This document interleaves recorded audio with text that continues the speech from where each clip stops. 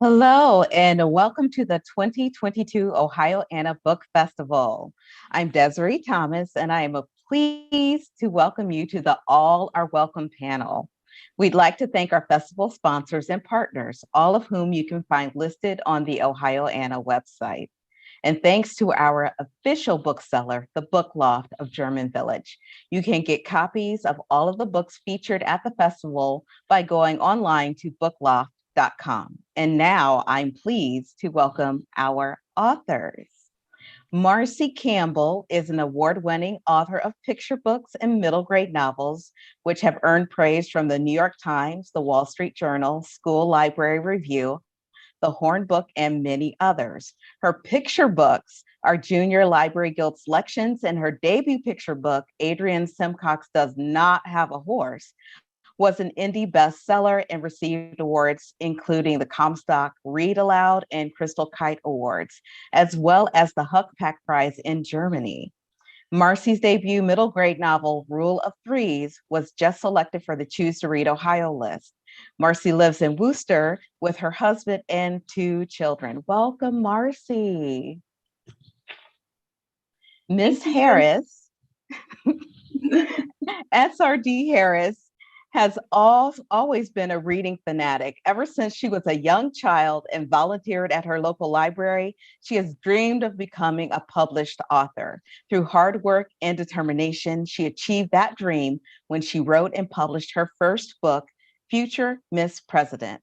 Ms. Harris currently has 4 children's books published and 3 more in production. She is a graduate of The Ohio State University and member of Delta Sigma Theta Sorority Incorporated. Her mission is to write and publish high quality, uplifting, and empowering diverse children's books that will inspire a love of reading in all children. She has been featured on PBS WOSU's Broad and AMP High TV show and in many publications to date. Ms. Harris and her husband have 3 daughters and a rescued puppy named Gracie, and their youngest daughter, Cameron, is her co-author and collaborates on all of her books. Her 4th book, Gracie's Grace, is in partnership with CHA Animal Shelter to benefit their mission to help homeless dogs and cats finding loving homes. When they're not reading, writing, cooking, or traveling, they enjoy volunteering and giving back. They have currently donated over 200 books to students all over Ohio, and Ms. Harris enthusiastically volunteers with Reading 365, the American Literacy Corporation. She believes all children can love reading if they connect with the right books for them. You can follow her on her website, srdharrisbooks.com, and major social media channels. Welcome, Ms. Harris. Dia Mixon is a Spanish teacher, children's book author, and mother of one. She graduated from Bowling Green State University with a Bachelor of Science in Spanish Education. She went on to earn a Master's of Education degree in bilingual, bicultural education from DePaul University. She is passionate about helping children learn a second language and develop intercultural competence. With her debut book, One Whole Me, Dia became a self-published author in 2021. She created the publishing imprint El Mundo Mixon Books with the mission to foster bilingualism, promote biliteracy, and celebrate bicultural, multicultural children. She plans to release her next book in May of 2022, and she currently lives and teaches in Columbus, Ohio. Welcome, Dia. And now we have Nomar Perez. Nomar Perez was born on the beautiful island of Puerto Rico, where he grew up in the enchanted city of Ponce, a unique city full of an amazing array of colors, sounds, and Caribbean flavors. These aspects of his Puerto Rican culture have influenced him throughout his artistic life. Nomar moved with his parents and 5 siblings to Ohio when he was 10. He studied computer animation and painting at Bowling Green State University in Ohio, and since then has worked as an illustrator on social expression products in the categories of humor, children, and young adults. He truly enjoys making pictures that illustrate and engage a moment from his childhood, whether it's something he's imagined or a colorful life experience. These experiences have brought new cultural perspectives and a colorful happiness. Boy, do I love that. To his illustrations. Nomar has illustrated numerous children's board books and school publishing books. His debut author illustrated picture book, Koki in the City, was a Pura Belpre honor book and was selected as the NYPL and Chicago Public Library Best Book for Kids. His recent illustrated works include My Little Golden Book about Sonia Sotomayor and Our World is Our Family. Welcome, Nomar. Thank you. Thank you. Glad to be here. I'm so grateful to have all of you on this panel to talk about your fabulous books and also making a space for all the kids who read them. So your books do a great job of being windows and mirrors into different cultures. How did you approach introducing the reader to a culture that might be different from their own? So first we would like to hear from Ms. Harris, and then from Nomar, then from Marcy, and then from Dia. Thank you so much, Ohioana, for having me here today. So delighted to be here with you. You know, my whole goal in writing my stories is to be able to provide a window and a mirror for students to read, young and old. I really believe it's important to be able to reflect back to them, their culture, but also give a peek into a household that may not look like yours, because that will encourage them to accept other people, but also find commonalities that they may not even know that they had. I really believe we have more in common than we think, you know? And so reading stories that are positive and uplifting, but also have characters that look like you and look different than you, I think can be a really valuable thing. So that's been my goal in producing all of my stories. And I really hope that they have that effect on people where they have that positive experience after every time they read it. Very nice. Just who's next? Marcy. Oh, Marcy. Oh. I think it's Nomar's turn, actually. I think you were next. It is Nomar. I'm sorry. I'll wait. Go ahead.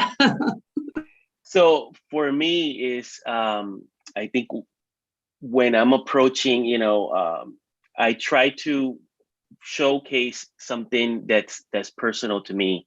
And I think what happens is that just creates such an authenticity. And when I created Cookie in the City, obviously it was a life experience that I had, that I moved from Puerto Rico to the United States. It was new to me, but even though it's something that's shared with a lot of Puerto Ricans, that same experience can be shared with other cultures as well, because when I came here, it was very new. I did have family here, but it was still new, even though we also had a good relationship with I would see a lot of stuff about the United States. When I came here, it was totally different. The climate, meeting new people, learning the language, which is a big deal. Even though we're a territory of the United States, we still, we speak mostly Spanish over there. And just learning the language and getting over all those obstacles is something that could be shared by other people as well too. And I wanted to showcase that in the book because it's something that's relatable to other cultures, not only with me, but learning new things, learning a language, learning new things, and also bringing that little bit of that culture, to that new place where you're at, showcasing it to other people. That is a big deal as well too. Thank you. So something good. I just want to give a shout out to my illustrator because she did a beautiful job, Karina Lukin, of creating this classroom full of diverse, beautiful kids in this school. And the main event that happens in this story is that there's an incident of hate speech that happens at a school. And so while my book doesn't in particular portray another culture, what it does is portray a community in which all cultures are valued and celebrated and appreciated. And more than that, in which any kind of speech that's hateful, harmful, just won't be tolerated in this community. As far as how I came about creating it, unfortunately, this particular book was, the seed was planted by something that happened here in my town with an incident of hate speech. And I always tell people the great thing is when you're a fiction writer, right, is that you can make the ending happen however you want it. And so I took that seed of something harmful that happened here in our community and found a way to make a very hopeful ending out of it. I want to read that book immediately, Marcy. Thank you so much for having me. My approach is as an educator. That's my full-time job and that's my calling. So when I think of my stories, it's immediately like, what lesson can I teach? And my book, One Whole Me, it's a mirror for my son. That's who it's dedicated to, and for any child who's bicultural and has a foot in two places. So the story goes through his life, the little boy's life of being Colombian, but also being African American and what life looks like. And I think any child that is bicultural or multicultural can feel, a connection with the character. But then the educator side that's my window. Like, I'm a Spanish teacher, so I write in Spanglish to expose Spanish to all readers, whether they want to learn Spanish or not. They have no choice when they're reading my book to pick up some Spanish words and phrases.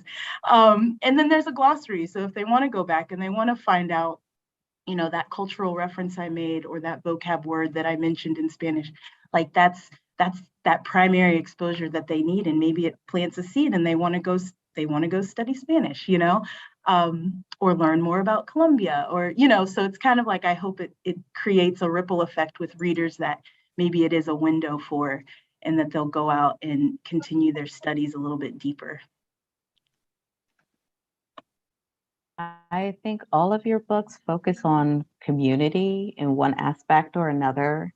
And specifically with Marcy's book, just the images, sometimes the image of us all being together, right? Of us all working together and being horrified together, like nobody in this community should be treated that way, right?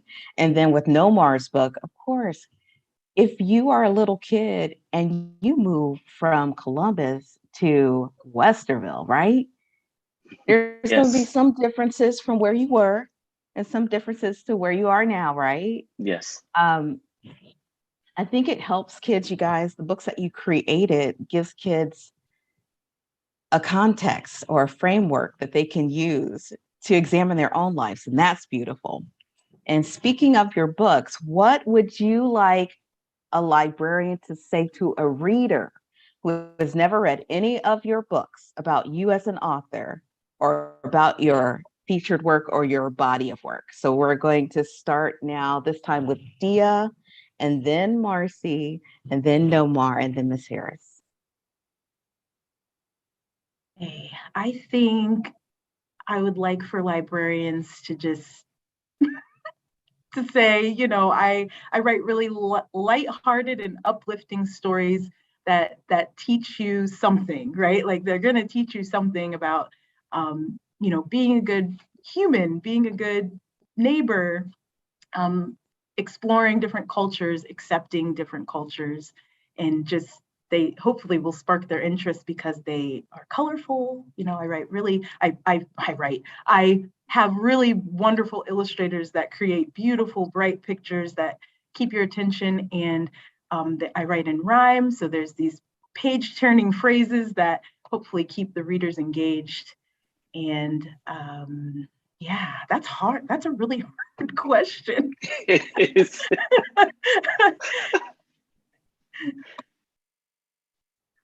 I had a hard time with that one too. I have a hard time describing my own work. I don't know if that's true of all of you. I could describe your work, but not my own. So I admit to having cheated a little bit and looked back through some reviews to see how these books were described. But I did find some common denominators there. So first, that I tell the truth to kids, that I don't underestimate them, because sometimes grown-ups underestimate what kids know or what they can handle. And that my books serve as a springboard for discussion, whether, in the classroom or in the home. So my books thus far tackle some difficult topics, but I think I tackle those topics with room to have a healthy, hard discussion, but a necessary discussion, and always to have hope at the end. So one reviewer said about something good, if we want to find a silver lining in a bad situation, sometimes we've just got to make it ourselves. And I thought, that kind of sums up, I think, what I'm working on right now. Good.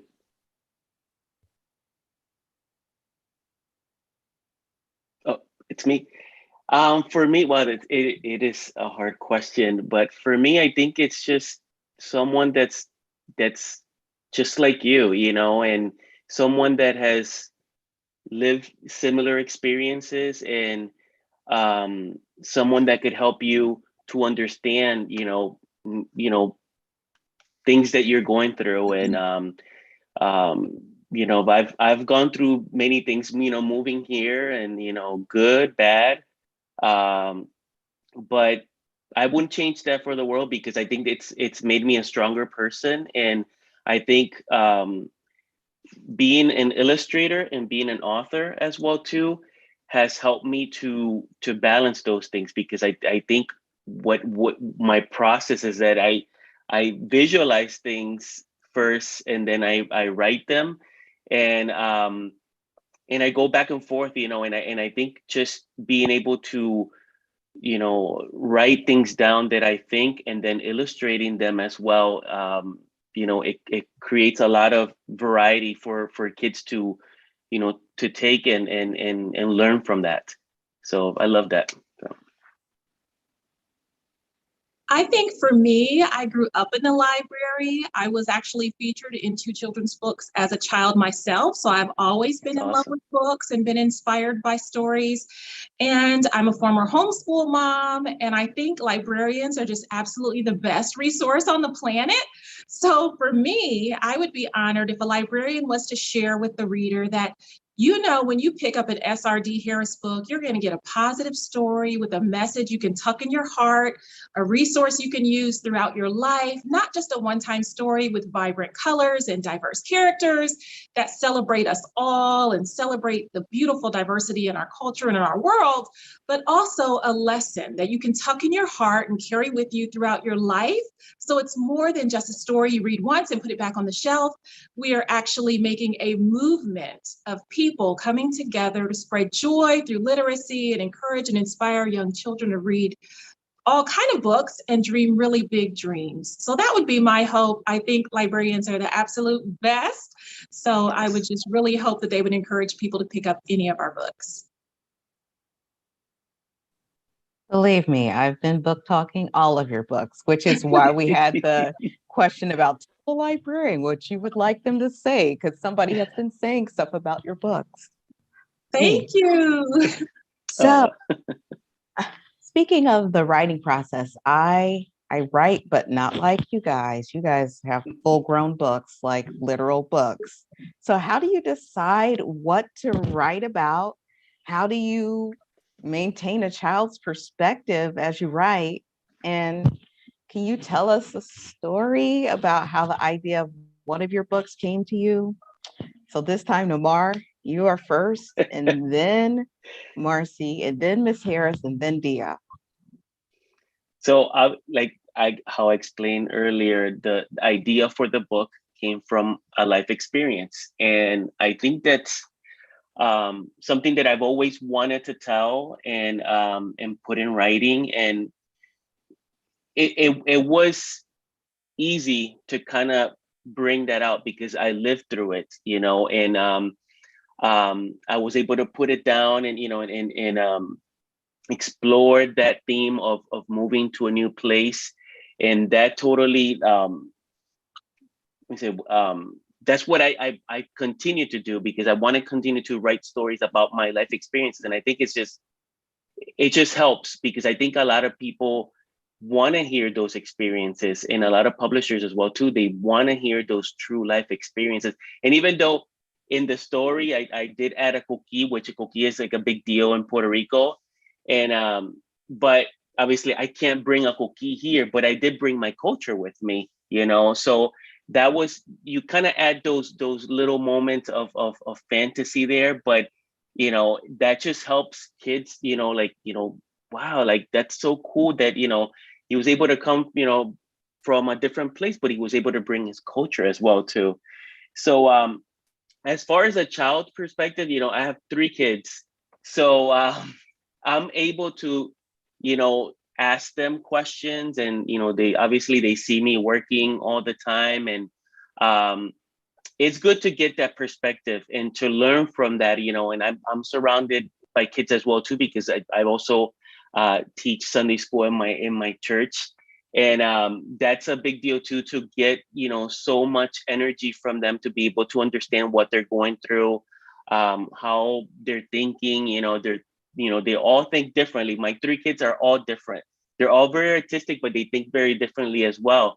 So just understanding that, you know, where they come from, and, you know, going to their level and understanding. And I think that just helps to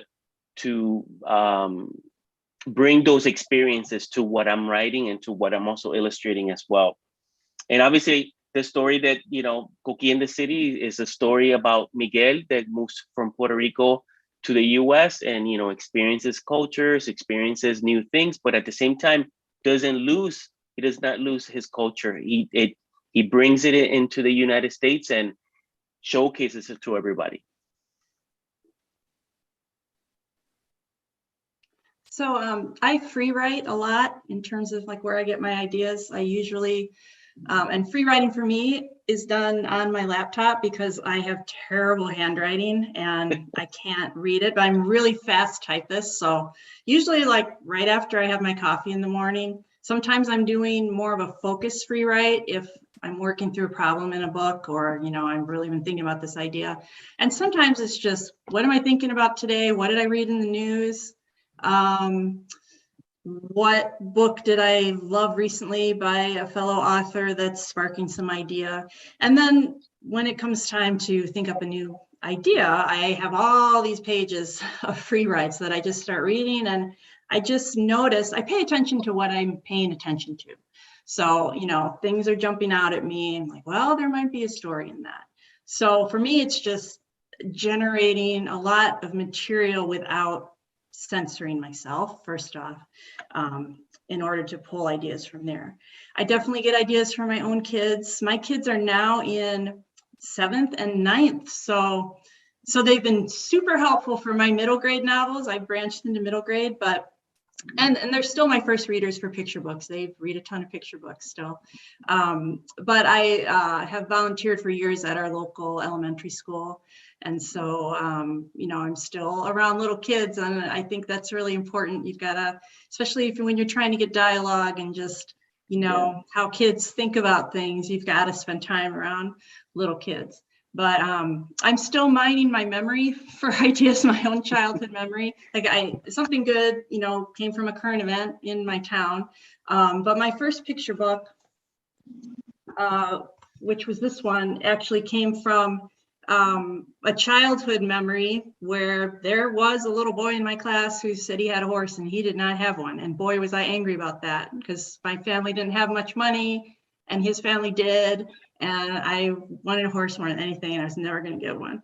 And so I started thinking how, you know, how could these 2 kids come together? And a mentor text helped me figure out that this was really a story about kindness and empathy. And it was this one. And so I'm a big fan of mentor texts, and, you know, I'm preaching to the choir here. Obviously, we all go to the library and get every new release every week, and you never know what's going to turn on an idea for your next book. So that's how that one came about. But yeah. Oh, that's great. For me, I think real life experience and real life events spark my books the most and inspire my books. My first book, Future Miss President, was inspired by the historic election of Kamala Harris. And so I wanted to capture that moment. Being a girl mom, my husband and I have 3 daughters. We thought it was really important to capture the historical election, but also for all children to dream really big dreams, that no matter what they want to be when they grow up and what they want to do, that they can do it. But a funny story about my second book, Teddy Only Wants Spaghetti, that was inspired by our middle daughter, who as a baby absolutely loved carrots. She ate everything. She's a really healthy eater, but really loved carrots and ate so many carrots that, true story, her fingers and toes turned orange. So it's a fun culinary twist about a little boy who ate so much spaghetti that he had a fun culinary trip to the doctor to learn about eating his fruits and vegetables. So that story was definitely based on real life, but my brother's name is Teddy, and I figured most kids don't really love carrots the way my daughter did, but most kids like spaghetti. So that's how I ended up with that one. But all of my books are based on real life stories. Gracie's Grace is based on our puppy that we adopted from Child Animal Shelter, and in conjunction with that, we give back to them. So our books are really, really based on real life experiences. And to be able to keep a child perspective, as Desi said, my daughter is 11. She's my co-author, Cameron, and I could not do this without her. She totally gives me great feedback, goes over the illustrations with me because I am not artistic at all, cannot draw a stick figure, and she helps me to keep the child's perspective in every story and will definitely tell me if there's something I need to edit or move into a different direction. She is just so valuable to me, so I'm so grateful for her. Awesome. I love that. Well, first I can say I have more unfinished manuscripts than I do like actual published books. So most of my manuscripts are about my family experiences. So being a part of the Mixon family, there's a lot of fun to be had. So a lot of the stories that I'm working on right now have to do with, things that I experienced growing up and with different relatives and different relationships and traditions that we have. And they just kind of come up randomly, and as soon as I have a thought, I jot it down. Most of my ideas I put like in a note in my phone. And I also have a notebook that I try to jot things down in, but they come really randomly. I'm like, oh, that be a really cute story. But for One Whole Me, like the story behind it, of course, it's about my son, but at my baby shower, I received 2 onesies. They were exactly the same. And there's a Colombian flag and it says 50%. And then there's an American flag and it said 50%. And then it said 100% awesome.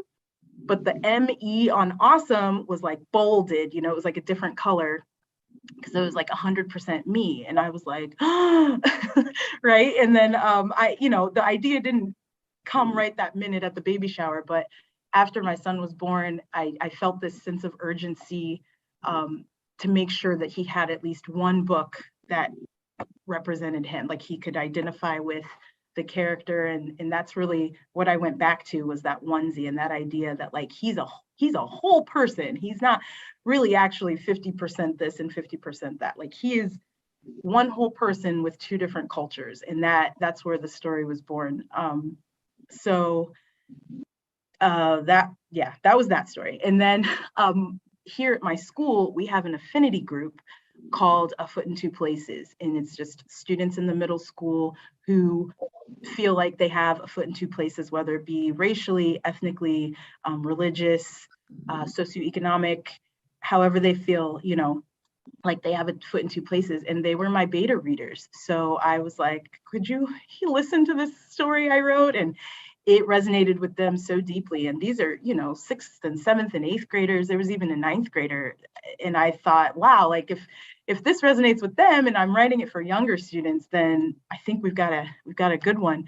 And that, they gave me their feedback, as children, what they would want to see, and, oh, you should put games in there, and you should put, and it was really, really helpful when I was feeling probably my most vulnerable and my most nervous, because they were the first people out, besides my mom, who had heard any part of the book. So that's been great, just having the community here with my students, and that helps with my child's perspective. And then, of course, thinking of my son, like, and I'm a kid at heart, so I feel like I've got a good hold on the kids' perspective as well. So that's what makes it a lot of fun too. I I love all of your responses like so much. And I just wanted to take a small moment to read some stuff that's come in the chat so you guys get your flowers now. It's crucial. This is from Mary to all of us. It's crucial for students to find themselves in your stories and to see that others have cares and interests similar to their own. We are more alike than different, but it is appreciating the differences that make life rich. Adults who read illustrated books open themselves to new understandings too. Thank you all for broadening horizons. Okay, so you can tuck that way in your heart. And kids are honest, right? They are going to tell you the truth, like at all times. So I'm so grateful that you have these like empathy readers, or not empathy readers, but like child readers in your lives, because it shows in the stories that you are sharing with us today. Speaking of, and we're going into this creative process, what has been the best and worst part of creating fiction or your books during a time like this when everything seems to be a little bit unstable? And so first we're going to hear from Marcy, and then we're going to hear from Miss Harris, and then we're hearing from Dia, and then we're hearing from Nomar. Well, for me, when all of this started, my kids were in 5th and 7th, and they were doing online school. And my husband is a teacher, and so he had to come home and work for a while too. And we don't have a very big house, so just physically, finding a space to work. I was grateful that my kids weren't really young, that I had to, help them with their schoolwork at all times. But there wasn't a space physically, but also mentally. There's just a lot going on, right, in all of our homes. Unfortunately, during that time, I was trying to finish a novel, and I tend to need a lot more time to like sit down and get into writing a novel than I do with a picture book, which I can to some extent kind of dip in and out of. And I'm very tactile in terms of my outlining. I don't do it on a computer. I actually have paper and scraps and scenes that I lay out before I start drafting. And there was just no space in my house when I got to that point that I had to do that at that time. So I actually went up into our attic, which is not a finished attic. It's the Christmas vacation attic with the pull down stair. And I put on a winter coat and I went up there and I laid out my novel on the floor. And when I was done working, I'd have to text my husband to let me out because I couldn't get down. And I had everything up there in my attic for a few weeks until I got the outline done. But I had my little space up there, and we find ways to make it work. I would say the good thing, on the flip side, is that I did realize I can get some work done in tiny pockets of time, because I used to work that way, like when I had a preschooler. And then once my kids went to school, I was used to this block of school hour time, And I've realized that, especially with picture books, just always keep like a manuscript in my car. Notebooks, of course, in my car, but any manuscript I'm working on, like if I'm waiting for 10 minutes for kids to come out of track practice, I can edit that manuscript, So I do a lot of work in my car right now in parking lots. My kids are involved in a lot of stuff. So that's been something good to learn about myself, I would say, that I can work in those little pockets of time. For me, during the initial shutdown when the pandemic happened, same thing. My husband came home to work from home. My children were at home doing virtual learning. And it was really great for us because we were able to bounce ideas off of each other. And for my first book, Future Miss President, it was really a group effort. My entire family put in ideas. It was my first book I published. So I took all their ideas and put them together to really make the book. So that was really a great thing for us. It was a very positive experience for us. For me, I really experienced supply chain issues and even just COVID. My first illustrator that I had contracted with to do Future Miss President couldn't finish it because she got COVID and ended up having to not be able to finish the project in time. And it was time sensitive for the publication and it got pushed back. But then I switched to a different illustrator who I absolutely love and still use today. And so I experienced that. But you know what? Overcoming that challenge and that hurdle has been an encouraging story I can share with other students and aspiring authors, that no matter what, if you find your authentic voice and you have a story to tell and you have a message you need to get out there, just don't stop. Just go for it. No matter what challenges come up, continue to overcome those hurdles and make sure you get your message out there to the world. So that's been some of the challenges, but it's been a really great experience as well, and a lot of learning. I agree with that. It's been like a total learning experience. Deciding to self-publish, I think, was the biggest choice I made. We were already back in school. Because we had shut down in the spring, but then by the fall, we had the option where families could send their children to the building or learn remotely. And in our classrooms were set up to teach both children live in the room and on the screen at the same time. So mentally, that is exhausting. If you can imagine having to keep the attention of students that are home as well as the bodies that are right in front of you. So work was really tricky and pretty tiring.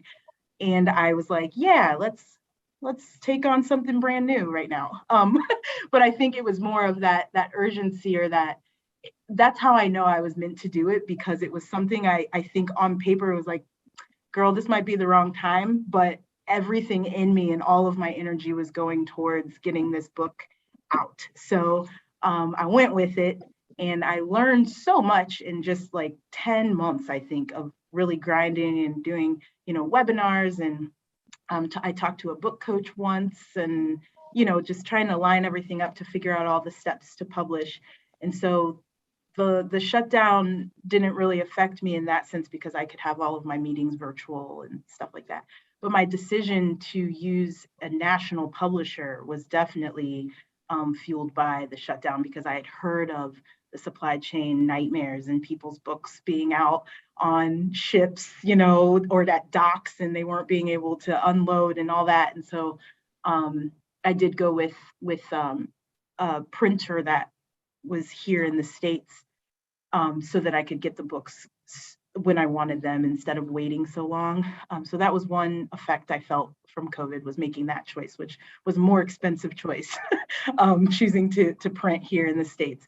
But the best part of it, though, was the community that I found in the self-publishing world, and all of the books. Like, there were so many books I didn't know existed, especially with diverse characters and diverse, like, multicultural stories, written by self-published authors that are out there that are amazing. And there are these people who are just willing to teach you all of these things. And my community primarily is on Instagram. That's like the market I chose to use and that I use the most. And I have made the most amazing friends just through the last 2 years and through this learning process. So I'd say the worst part was deciding to write a book during probably the hardest professional time of my life. But then at the same time, look what I got out of it. I don't think I would be here today without that community. So very grateful for that. For me, I started Cookie in the City, illustrating it. It was already, fully put together. It's just, I started illustrating it. And that was a little bit before the pandemic. So during the pandemic, I was still working on it to finish it off and things like that. And then I was actually furloughed. I have a full-time job as an illustrator for American Greetings.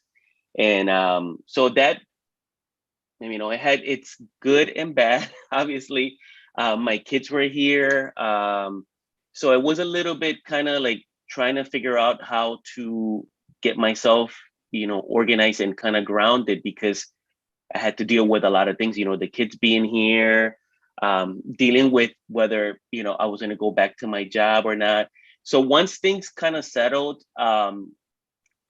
I was able to just work on the story. So, I had other projects that were going on besides finishing Cookie in the City. I had other books that I had in line as well too. So that kept me busy. So it wasn't so much of a downtime as far as like me illustrating or and with Cookie in the City and other books. So it just helped me to kind of like, keep going and things. And then finally, I got back to my job. They brought us back, but I was still here, and my kids eventually went back to school. So that helped out just to kind of keep things going, and kind of just keep things moving and things like that. So there was a little bit of ups and downs and things like that, but it just worked out at the end. So I was glad, in pushing forward. I think we've all learned a lot in COVID school. Just yes. saying. Yeah, it's not any class I actually wanted to take, but okay. So we have a couple of actual questions from our participants. So the first one is, what advice do you have for aspiring authors? So if it's cool, I would like to start with Dia, and then Nomar, and then Miss Harris, and then Marcy. Okay, my advice is that there is always room for your story. So I got hit with the doubt a couple of times in the beginning processes of trying to get one whole me together, and little imposter syndrome, like, am I really an author? And is my writing good enough? Am I stepping into this realm and faking it? Like, there was so much doubt, like, who's going to want to read this? I wrote this just for my son, but who else is going to care? And I was told there is room for your story. Like somebody said it, put their foot down, a fellow author, and I was like, oh, like, that's very simple. Thank you. And it is the best advice I've received so far. It's really helped push me to continue writing, just knowing that there is room on someone's bookshelf for your book, your story.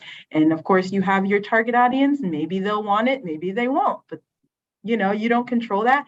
There is someone that needs this story. There's someone that wants this story. And so just don't let that hold you back. Just fight through the doubt. There's room for you and your story. I think for me, the biggest advice, like I said, there's so many venues now, so many things available for you to publish your story that either if you go through a publisher or you do self-publish, there's a wide variety. If one doesn't work, then you go through the other. And like I said, there's so many venues and ways to put your story out there that there's no excuse, I guess. That's something that I want to say. And just push, just push and push, and also try to look for, if you can't think of anything, try to look at your own person, experiences that you have gone through. Talk about your culture, talk about simple things, and sometimes I think we tend to overcomplicate things, and I think you could get so many genuine ideas for stories in the little things. And I'll attest to that, because I tend to overcomplicate things sometimes, but it's like just looking at those simple things in life, that just the way you do something, how you celebrate something, how you speak or say something in a certain way. Those things people love to hear about that, and they learn from that. So looking for those little things that helps to create content and create stories, and go for it. Don't give up. That's awesome.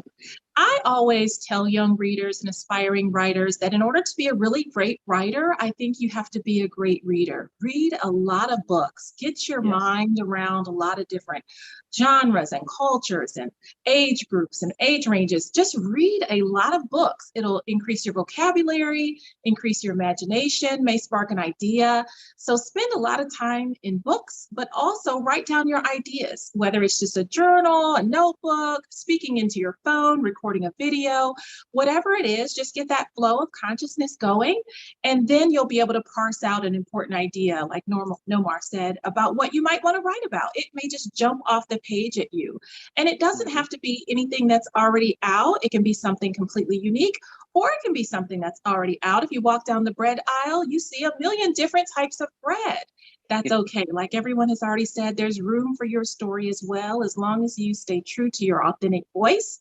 I think that you'll write stories that empower you and empower other people, and you'll really enjoy the process as well. I think it's important to get a mentor, and I would advise all young writers to learn about the business aspect of being an author too. It's great to write the book and publish it, but there's a lot of work that goes into the business side of it and marketing.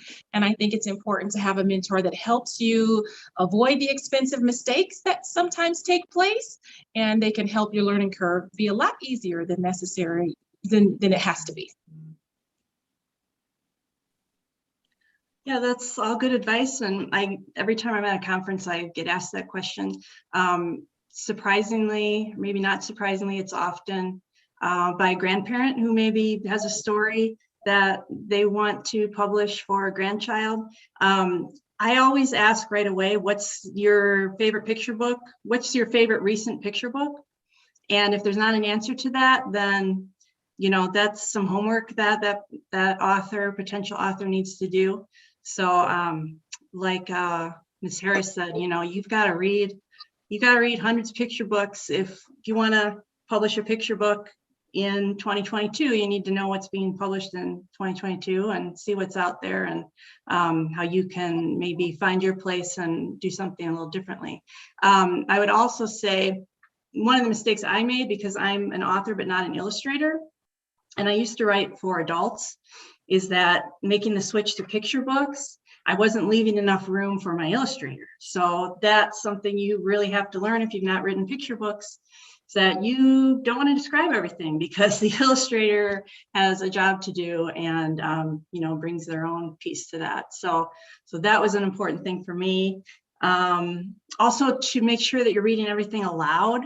If you're writing picture books, they're meant to be read aloud. So even if you're not, I don't write in rhyme, but I have a book coming out that's very rhythmic, and those books especially, picture books have a rhythm, have a musicality to them, whether they're rhyming or not, and they're meant to be read aloud. So read your books aloud, and better yet, give them to someone else who's never read it on the page, who's seen it for the first time, and have that person read it aloud to you. And here, I always make my husband do this, and he's not in the industry. He actually studies coquilles, Nomar. He studies coquilles in Costa Rica. He's a biologist. But have somebody else read it, and you'll hear where they're tripping over, and that might be a passage that you need to fix. But yeah, I love the advice that there's room for your story, because you need to have that goal out in front of you and keep that in mind. I used to go to the library with my kids, and I'd go to the shelf where, this was before I started writing picture books, but I wanted to. Here's where a book by Marcy Campbell would be on our library's picture book shelf. And I'd go there with my kids, and we'd slide our hand in there and we'd wiggle our fingers around. So when I talk to kids, I always say, go to your school library, and I want you to do that if you want to be an author.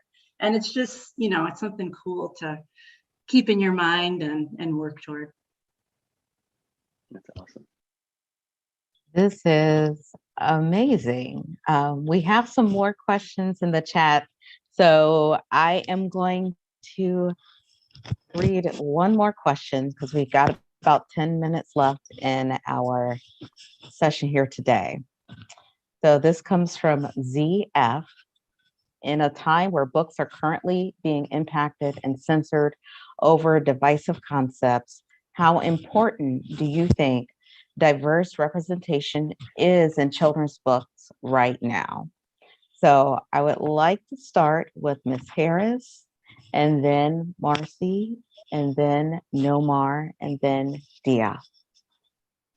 That's a great question. You know, for me, I think books and children's books should be something that is enjoyed by everyone, and all types of different books can be enjoyed and explored and be a springboard for conversation. So the book itself, I don't think teaches you what to think, but it teaches you how to think. And then you can have those discussions with other people. And I think young people need to learn how to be able to discuss different ideas, different perspectives without it becoming divisive. It doesn't have to be divisive. You share your opinion, I share mine.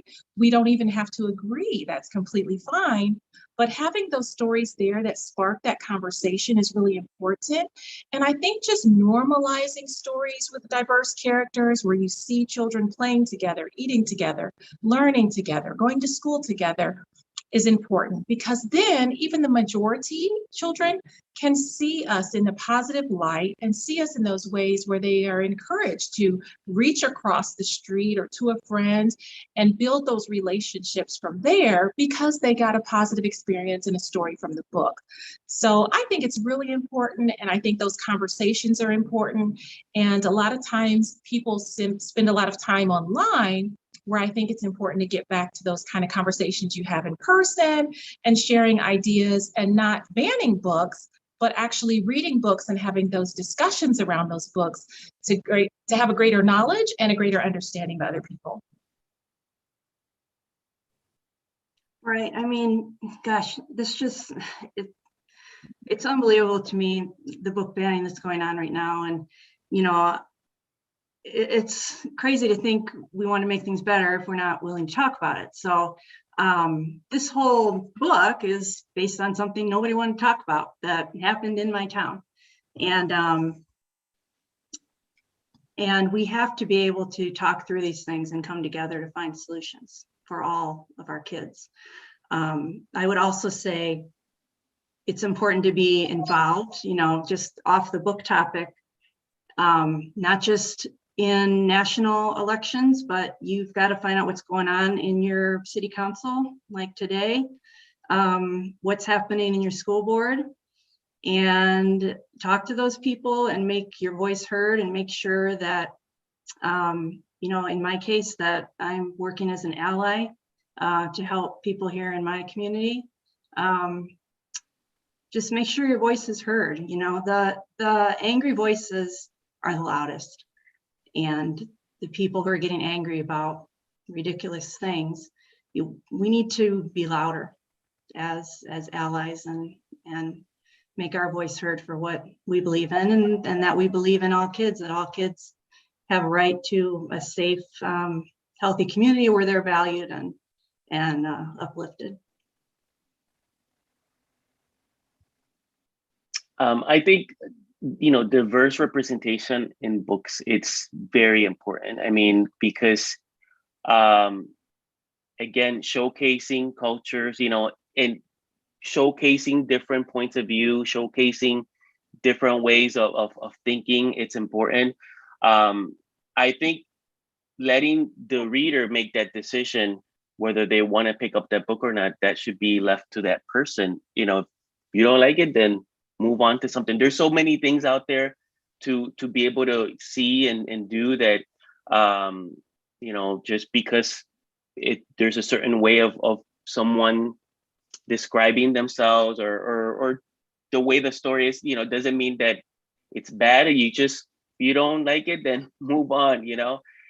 With Coquí in the City, it's something that I wanted to showcase the Puerto Rican culture, but I made sure that that was a topic that could relate to a lot of people, you know, moving to a new place, experiencing new cultures, new language, new foods.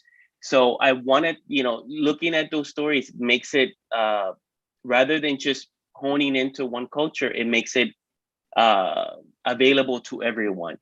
So I think showcasing that and showcasing those things, you know, and even also too in the story, I showcased a bit of San Juan, Puerto Rico, and I show a diversity of people there too. It's like a lot of people never see that.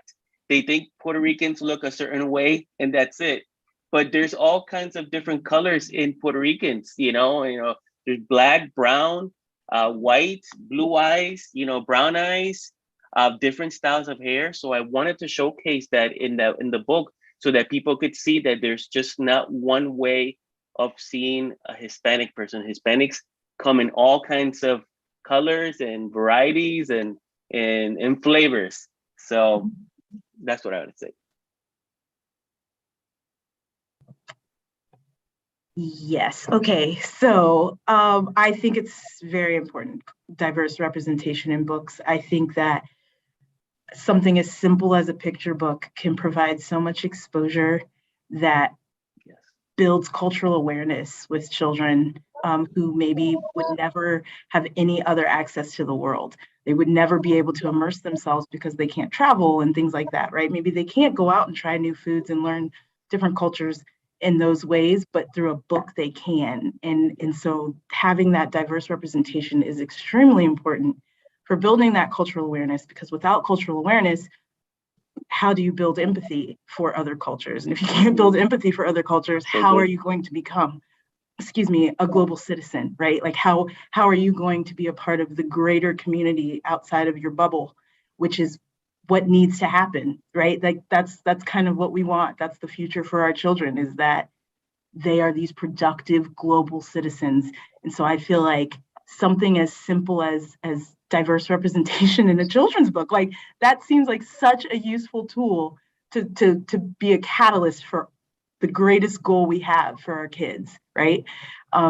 So yes, to answer that question is amazing. I'm like shaking. That's like my passion is global awareness and intercultural competence and all of that. So I really think it's so important. So the idea, like Marcy was saying, like that these voices are getting louder, and the angry voices are the loudest, like, and that we should be allies and the people who really want to see our children become these amazing global citizens. Like, we've got to be louder. I think that's amazing. Amazing message, Marcy. Thank you.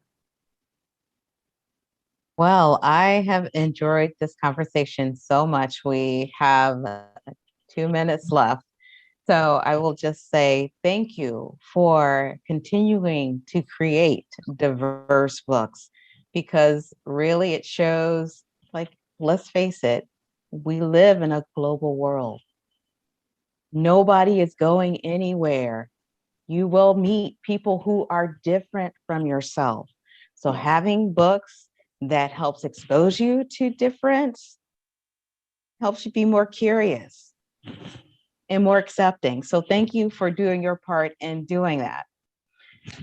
So now I would like to thank all of our panelists. Thank you, Marcy Campbell. Thank you, Ms. Harris. Thank you, Nomar Perez. Thank you, Dia Mixon.